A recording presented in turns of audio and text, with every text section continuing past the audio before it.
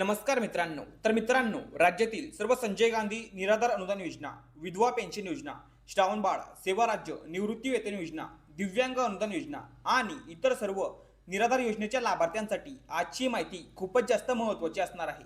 तर मित्रांनो, तुम्हाला माहितच आहे की राज्य सरकार आणि प्रशासनाच्या माध्यमातून आता डिजिटल लाईफ सर्टिफिकेट म्हणजेच हयातीचा दाखला ऑनलाईन पद्धतीने बेनिफिशरी सत्यापन ॲपद्वारे काढण्याची प्रोसेस सुरू करण्यात आलेली आहे। अनेक लाभार्थ्यांनी हा दाखला यशस्वीरित्या काढलेला आहे, परंतु सध्या अनेक लाभार्थ्यांच्या मोबाईलमध्ये बेनिफिशरी नॉट रजिस्ट्रेड असा एरर दाखवत आहे। म्हणजेच तुम्ही या योजनेचे लाभार्थी नाही किंवा तुमची नोंद उपलब्ध नाही अशा प्रकारचा मेसेज स्क्रीनवर दिसतोय। पण इथे सर्वात महत्त्वाची गोष्ट लक्षात घ्या, अनेक लाभार्थी असे आहेत जे नियमितपणे योजनेचे हप्ते घेत आहेत तरी सुद्धा त्यांना हा एरर येत आहे। त्यामुळे घाबरण्याचं किंवा भयभीत होण्याचं अजिबात कारण नाहीये। आता अनेक लाभार्थ्यांच्या मनामध्ये असा प्रश्न निर्माण होतोय की जर हयातीचा दाखला ऑनलाईन निघाला नाही तर आपले हप्ते बंद होतील का, आपल्याला योजनेतून बाद केलं जाईल का? तर मित्रांनो, याच प्रश्नाचं स्पष्ट उत्तर आपण आजच्या या व्हिडिओमध्ये जाणून घेणार आहोत। त्यामुळे हा व्हिडिओ नक्कीच शेवटपर्यंत बघा। आणि सर्वात महत्त्वाचं म्हणजे जर तुम्ही चॅनलवर नवीन आला असाल तर चॅनलला आता सबस्क्राईब करून घ्या, कारण अशाच महत्त्वपूर्ण माहितीसह व्हिडिओ आपल्या चॅनलवरती येत असतात।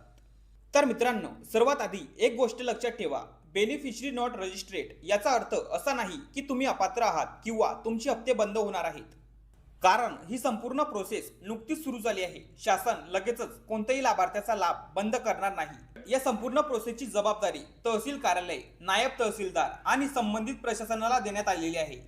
जर तुम्ही शासन निर्णय व्यवस्थित वाचला तर त्यामध्ये स्पष्ट नमूद केलेलं आहे की राज्यस्तर, जिल्हा स्तर आणि तालुका स्तरावर ट्रेनर नियुक्ती केली जाणार आहे। हे ट्रेनर ग्रामसेवक, तलाठी आणि संबंधित कार्यालयांना प्रशिक्षण देणार आहेत। इतकंच नाही तर अनेक ठिकाणी लाभार्थ्यांच्या घरी जाऊन हयातीचा दाखला काढण्याची प्रोसेस सुद्धा राबवली जाणार आहे। म्हणून सर्व जबाबदारी फक्त लाभार्थ्यावर नाहीये, हे सुद्धा लक्षात ठेवा। तर आता अनेक लाभार्थ्यांचा प्रश्न आहे की आम्ही प्रयत्न करतोय तरीही बेनिफिशरी नॉट रजिस्ट्रेड असं दाखवत आहे, मग काय करायचं? तर मित्रांनो, यासाठी राज्यस्तरावर नवीन हेल्प डेस्क डॅशबोर्ड तयार करण्याचं काम सुरू आहे। ज्या लाभार्थ्यांना हा एरर येतोय त्यांचा डेटा अपडेट करून त्यांना सुद्धा या ॲपमध्ये समाविष्ट करण्याचं काम सुरू आहे।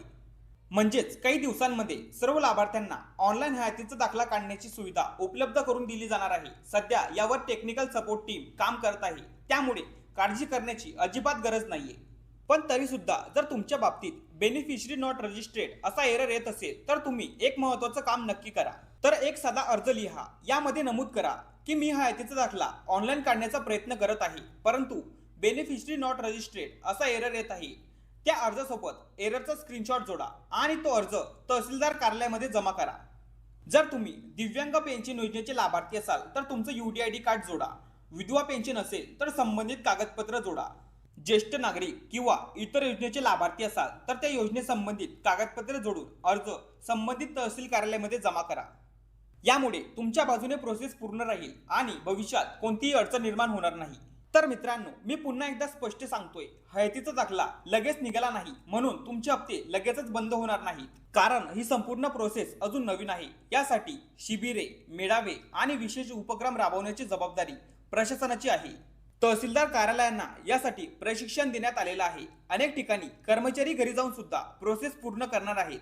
त्यामुळे कोणत्याही अफवांवर विश्वास ठेवू नका आणि घाबरू नका। आणखी एक महत्त्वाची गोष्ट म्हणजे जिल्हाधिकारी कार्यालयामार्फत दर आठवड्याला आणि दर महिन्याला आढावा बैठक घेतली जाते।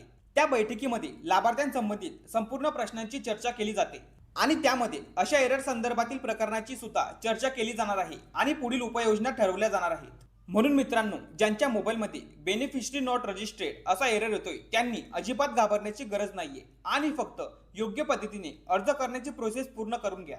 महत्त्वपूर्ण हा व्हिडिओ जास्तीत जास्त लाभार्थ्यांपर्यंत शेअर करा आणि अजूनपर्यंत आपल्या चॅनलला सबस्क्राईब केलं नसेल तर लवकर सबस्क्राईब करून घ्या। अशाच महत्त्वपूर्ण माहितीसह व्हिडिओ आपल्या चॅनलवरती येत असतात।